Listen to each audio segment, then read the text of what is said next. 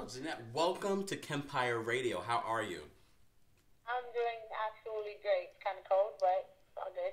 Yeah, you're here in New York City, right? Yes, I'm in New York. Are you born and raised here in New York? From New York? Yeah, born and raised. What part of New York City are you from? Originally from uptown Manhattan, but I've moved around a bit since. Okay, so I just want to kind of, to give people an idea of who you are as an artist. You're signed to Universal Motown, but before you were signed, what were you doing musically? Oh, I mean, I've kind of had my foot in and out of the door since I was 11. I grew up around music, so I kind of just always knew that that's what I wanted to do, and ever since then, I've been in the hands of a lot of people, and just kind of trying to make this work. And it just happened this year, but okay. How were you discovered and signed to Universal? Well, I started working with this production company, which is the company that I'm signed to right now. It's producers called Sam and Mozart. And we cut a couple of demos. I went out to LA to take a couple producer meetings, played the records. People were asking whose voice was on the record, and kind of did a snowball effect. And we took a couple meetings, and by the time I knew it, I was showcasing for God knows how many amazing executives. Made a decision the end of that week and met with Universal. And how was that moment?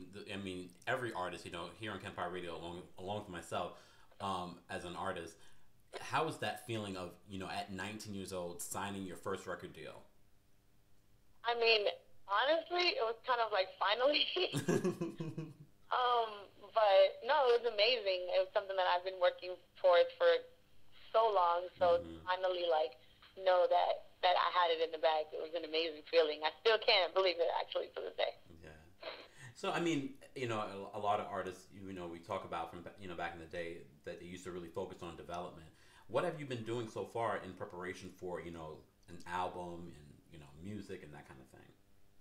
I mean, there's a lot of things that come with being an artist, aside from music. I mean, I know since you follow me on Twitter, I'm in that gym every day. There's that. There's just working on my writing skills and doing writing sessions sometimes other than just artist sessions. Really just kind of adopting the lifestyle, really. Yeah. So, I mean, we were talking about the development. You're in the studio writing. Who are some of the producers and songwriters you've been collaborating with for this album? It's been a lot. Gotten to work with, of course, aside from the production company that I'm signed to, I've been doing a lot of work with Rico Love, and then with Jim Johnson, Oak and Pop Wanzel, Priscilla Renee, Lil Eddie. Wow. So many. Who else? The discussion is always the hardest because you get stuck and you don't want to forget anybody. I mean, the people you named already are pretty amazing. But it's been a good handful of people, so I'm really excited. Are there any producers that you dream of working with, or songwriters that you dream of working with? I think Timbaland is a producer that I would absolutely love to get in the studio with. I think he's a genius. And writing, I think that I would. This is kind of weird, but I would love to write with Jasmine Sullivan. I think that her pen is so thick. I agree with you. You already know I agree. Have you listened to her new album, Love Me Back? Yes, I just got it yesterday. I'm obsessed with the song Love You Long Time. It's on repeat on my iPod. Great record. I mean, for those, there are, a few people starting to get to know who Ginette Claudette is.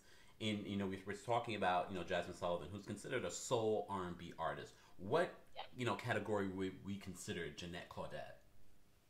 I'm more R&B pop. I think Jasmine Sullivan would be a little more soul than me. Of course, it's something that I love to listen to, and it's just undeniably in my voice and in my spirit. So you'll get touches of that, but I'm R&B pop. And is that what we can expect from your album? Yes. And on your album, what kind of stories are you telling us? What can we know you're a young lady, so what kind of stories can we expect from your album? Because I know you mentioned that you were doing some songwriting on there as well, right? Yeah, of course, yeah. Well, I'm really trying to touch on all bases.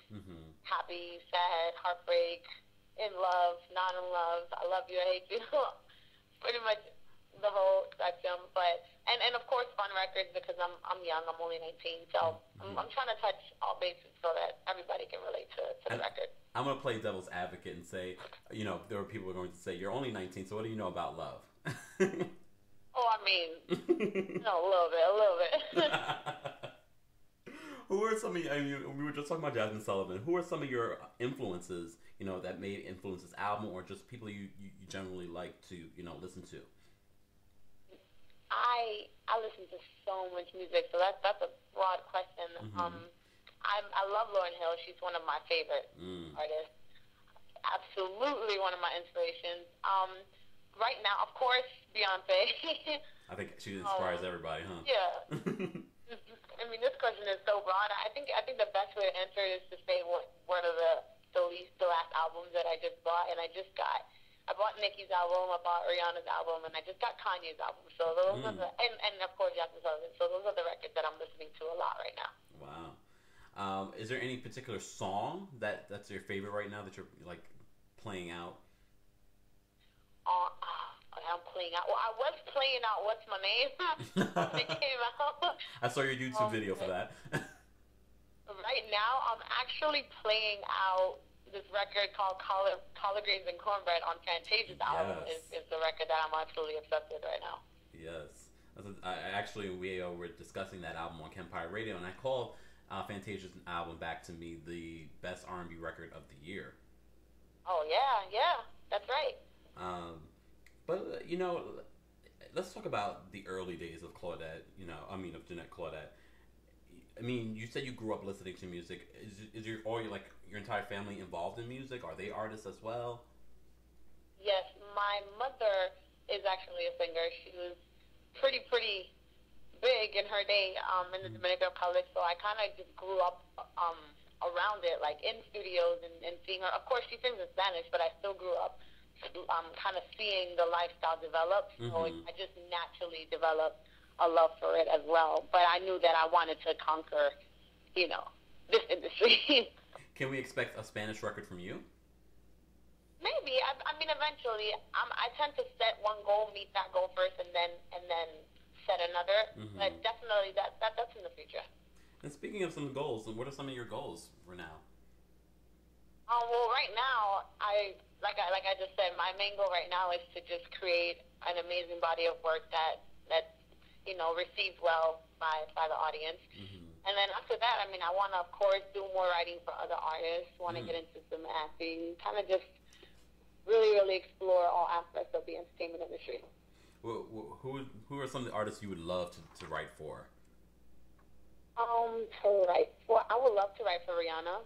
I think she's such a trendsetter. She's really, really dope. Especially this last album, I think it's amazing. So I would love to write for her.